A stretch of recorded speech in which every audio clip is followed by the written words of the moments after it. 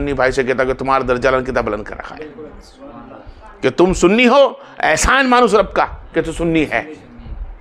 तो अहले सुन्नी की जमात को मानता है तो एहसान मान ले भाई कि बहुत बड़ा एहसान। कि लोग कहते हैं दुनिया में से जाने के बाद लोग रुखसत हो जाते हैं, मर गया तो बंदा मरता है आम इंसान। किस गिरोह ने वलियों को मौत दे दी, किस गिरोह ने साहबा को मौत दे दी, किस गिरोह ने नबियों को मौत दे दी। एक गिरोह का काम था, गिरोह का एक छोटे छोटे फिरकों का काम है, सुन्नी जमात का काम नहीं है। सुन्नी जमात के अंदर तो भाई एक आम इंसान भी मरता है ना, उसको जिंदा कहते हैं। क्या कहते हैं? जिंदा है। इसलिए कि मेरे नबी ने खुद फरमाया, हदीस के अंदर अल्फाज फरमा कि जब तुम कब्रिस्तान में जाओ तो अस्सलाम वालेकुम अहल कुब्र, कब्र वालों को सलाम करो, चाहे वो कब्र वाला जन्नती हो या जन्नमी हो, अच्छा हो या बुरा भी हो, या शराबी हो या पंडित का नमाजी हो, वो उसको भी सलाम करो। और सलाम उसको करा जाता है जहाँ से जवाब हो। और अल्लाह हदीस पाक में फरमाता है कि मुर्दे जवाब देते हैं मुर्दे जवाब देते हैं। तो ये तो एक आम इंसान जिन्नात का है। क्या है? आम इंसान को अल्लाह ने मौत के बाद जिंदा रखा। अब वो जिंदा कैसे रखा? वो निज़ाम अल्लाह का है। वो चाहे तो इंसान को भूखा भूखा करके भी जिंदा कर दे। रूह तो कभी भूखा होती नहीं है, रूह तो भूखा होती है ना। तो रूह और जिस्म वल्ला अल्लाह उसकी कुदरत से उनको जिंदा रखता है और जिंदा करेगा आने वाले वक्त में, आने वक्त में जिंदा करेगा। बस इसी तरह एक जिंदा हमारा नबी करीम सल्लल्लाहु अलैहि वसल्लम है। वल्लाह अल्लाह ने जिंदा रखा है। एक सौदाओं में से शहीद जो होता है, शहीद जो होता है तो अल्लाह फरमाता है जिंदा। शहीद को मुर्दा ना कहो, कुरान फरमाता है इनको मैंने जिंदा रखा है और इनको मेरी तरफ से खाना मिलता है। एक शहीद को अल्लाह कहता है जिंदा। उमर फारूक कौन? शहीद, जिंदा। जब उमर फारूक अलैहिस्सलाम की बारी आती है तो शहीद हुए, जिंदा है, कब्र में जिंदा है ना, कब्र में जिंदा, कब्र में जिंदा है। अबू बकर सिद्दीक, सिद्दीकीन, जो सिद्दीक वो होता है जो अल्लाह का वली बन जाता है और अल्लाह का वलियों के बारे में कहता है अल्लाह का वलियों को अल्लाह ने जिंदा रखा है, उन पे इनाम दिया है मैंने, मौत तो दूर, जिंदा रखा है। वल्लाह वो भी जिंदा। जब एक शहीद जिंदा, शहीद जिंदा, एक अल्लाह का वली हो वो जिंदा, नेक बंदा हो जिंदा, सिद्दीकीन जिंदा, जब वली जिंदा, शहीद जिंदा, सिद्दीकीन जिंदा, अब इन दोनों का आका हो मुर्दा आपके कल क्या बता दिया? इन दोनों का आका है, वल्लाह वो जिंदा है। क्या है? जिंदा है। अब इसका अपने सबूत देते जिंदे का। क्या देते हैं? सबूत देते हैं। कैसा सबूत दिया?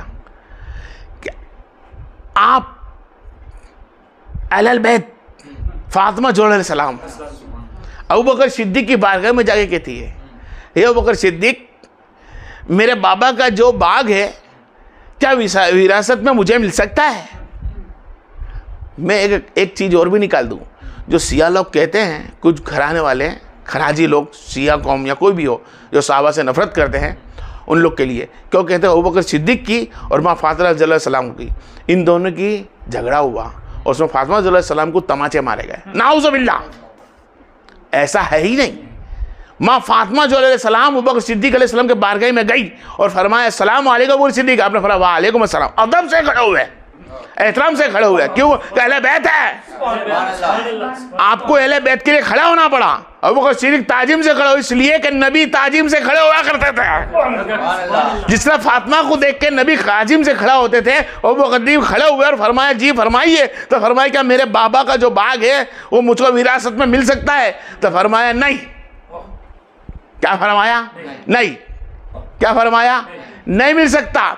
इसलिए नहीं मिल सकता कि नबी की विरासत उम्मत की होती है।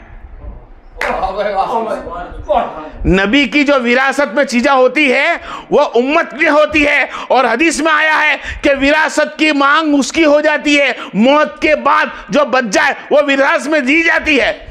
मौत के बाद इंसान के जो बच जाती है वो विरासत में गिनी जाती है। वो अल्लाह नबी जिंदा है।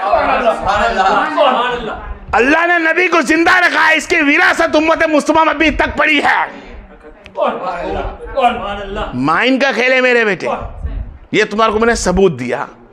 आई सच में नबी करीम सल्लल्लाहु अलैहि वसल्लम वल्लाह जिंदा ऐसी जात है, ऐसी जात है कि पूछो मत।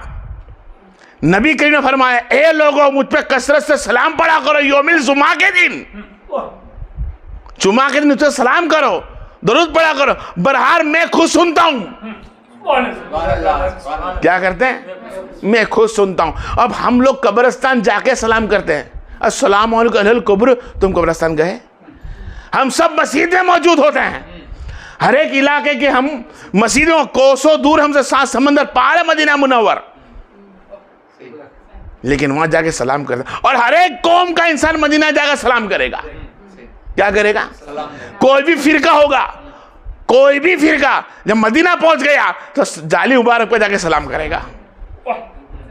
यहां तो बोलेगा कि मर गए, तो फिर उस जाली मुबारक पे पहुंचता है या पहुंचा होगा तो सलाम किसको किया? चांद भी बोलता है, दाग भी बताता है। आई समझ में? तो जो इंसान नबी पे सलाम और दुरूद पढ़ेगा, बहरहाल नबी सुनते हैं। और नबी कैसा सुनते हैं? नबी ने फरमाया, ऐसा मैं सुनता हूं जैसे गोया तुम्हारे पढ़ने के पहले वो चीज मेरे तक पहुंच जाती है। तुम दरूद सलाम की जब लड़ी लेके बैठते हो और पढ़ाई चालू करते हो दरूदों की, उसको समेटने के पहले नबी तक को नजराना पहुंच जाता है। अब नजराना उसके पास पहुंचता है जो नजराना ले सकता है। अब आ रही समझ में? नजराने कौन ले सकता है?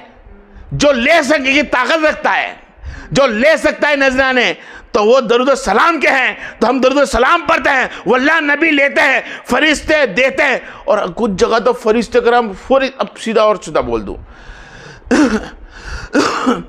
कि अल्लाह ने फरमाया, ये नबी करीम सल्लल्लाहु अलैहि वसल्लम तुम्हारे 2 वजीर क्या आसमानों में है।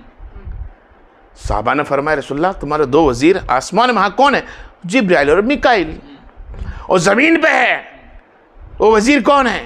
तो फरमाया अबू बकर और उमर, ये दोनों वजीर है। क्या है? क्या है? दोनों वजीर। अब ये बताओ, वो भी आसमानों पे है, दोनों वजीर बनकर खड़े हैं।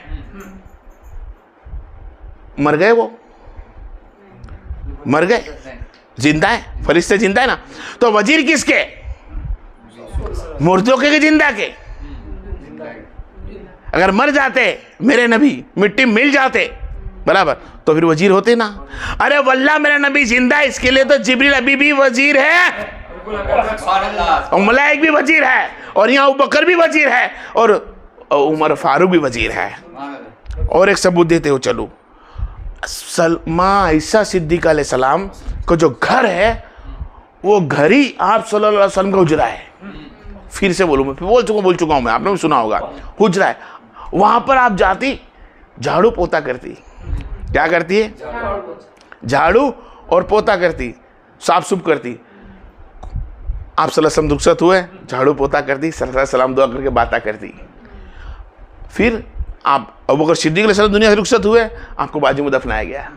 फिर वहां झाड़ू पोता करती, आपसे गुफ्तगू करती। जब उमर फारूक को दफनाया गया तो आप मुंह पे कपड़ा बांधकर आती है, चेहरा ढककर आती है। फरमाया, यहाँ ईसा सिद्दीक अलैहिस्सलाम अभी तक तो आप चेहरा खुला रखकर सरकार के वहां जाती थी, आपके बाबा पास जाती थी। तो फरमाया, वल्लाह मेरा नबी जिंदा है, मुझे देखते थे, मैं बात करती थी, मैं गुफ्तगू मेरा करती थी, आप जो भी बोलती थी वहां जवाब आए ना, वो अल्लाह की मर्जी है, वो अल्लाह की शान है। लेकिन यहाँ वो बात करती थी कि नबी ऐसा, ये नबी ऐसा, ये बाबा जान ऐसा। अब यहाँ उमर आ गए तो पर्दा कर लिया, इसलिए कि सही जिंदा है। जिस तरह मेरे बाबा मुझे देखते हैं, जैसे उमर मुझको देखते हैं, ऐसे नबी भी मुझको तकते हैं। तो वल्लाह नबी जब जिंदा है तो मट्टी बने कब?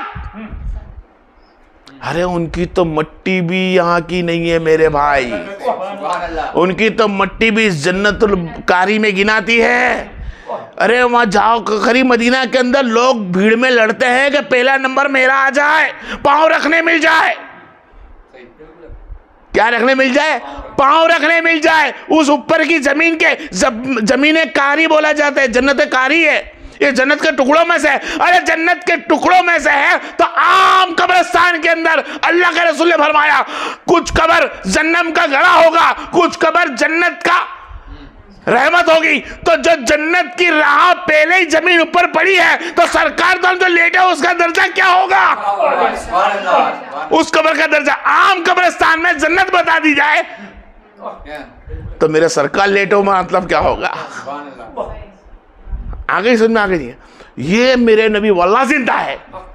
क्या शान है मेरे मुस्तफा की। वाला सोफी का फदरदा इंशाल्लाह जिंदा रहे तो इसी आयत को लेकर आने वाले यौमुल जुम्मा के दिन बोला जाएगा वाह मालैना इन्नल बला।